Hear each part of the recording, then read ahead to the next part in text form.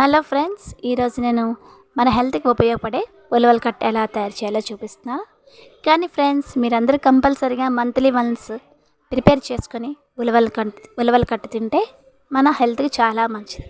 ఆ ఉలవల కట్టని ఎలా ప్రిపేర్ చేయాలో నేను చూపిస్తున్నాను.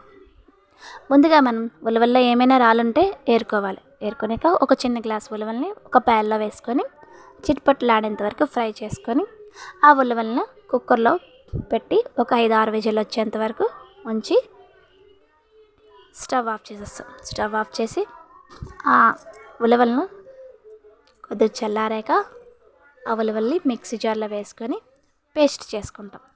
ఆ పేస్ట్ని సైడ్ ఉంచుకుంటాం. ఈలోగా ఒక బాండి పెట్టి కొద్దిగా ఆయిల్ వేసుకొని 1 స్పూన్ ఆవాలు, 1 స్పూన్ జీలకర్ర, మనం కారం వేయవలసిన పని లేదు కాబట్టి కొంచెం పచ్చిమిర్చి ముక్కలు కొద్దిగా ఎక్కువ వేసుకుంటాం. వేసుకొని కొంచెం కరివేపాకు, 1 స్పూన్ అల్లం వెల్లుల్లి పేస్ట్, మన చక్రాల్లా కట్ చేసి ఉంచుకున్న ఉల్లిపాయ ముక్కలు, అలాగే మునక్కాయల ముక్కలు వేసుకొని దానికి సరిపడంత సాల్ట్ వేసుకొని కొంచెం వాటర్ వేసుకొని సిమ్లో పెట్టి మూత పెడతాం. మూత పెట్టి కొంచెం ఉడికాక మనం ముందుగా మిక్సీ చేసుకున్న ఉలవల పేస్ట్ని ఇందులో వేసుకుంటాం. వేసుకొని నీళ్ళు చాలపోతే కొద్దిగా వాటర్ వేసుకుంటాం.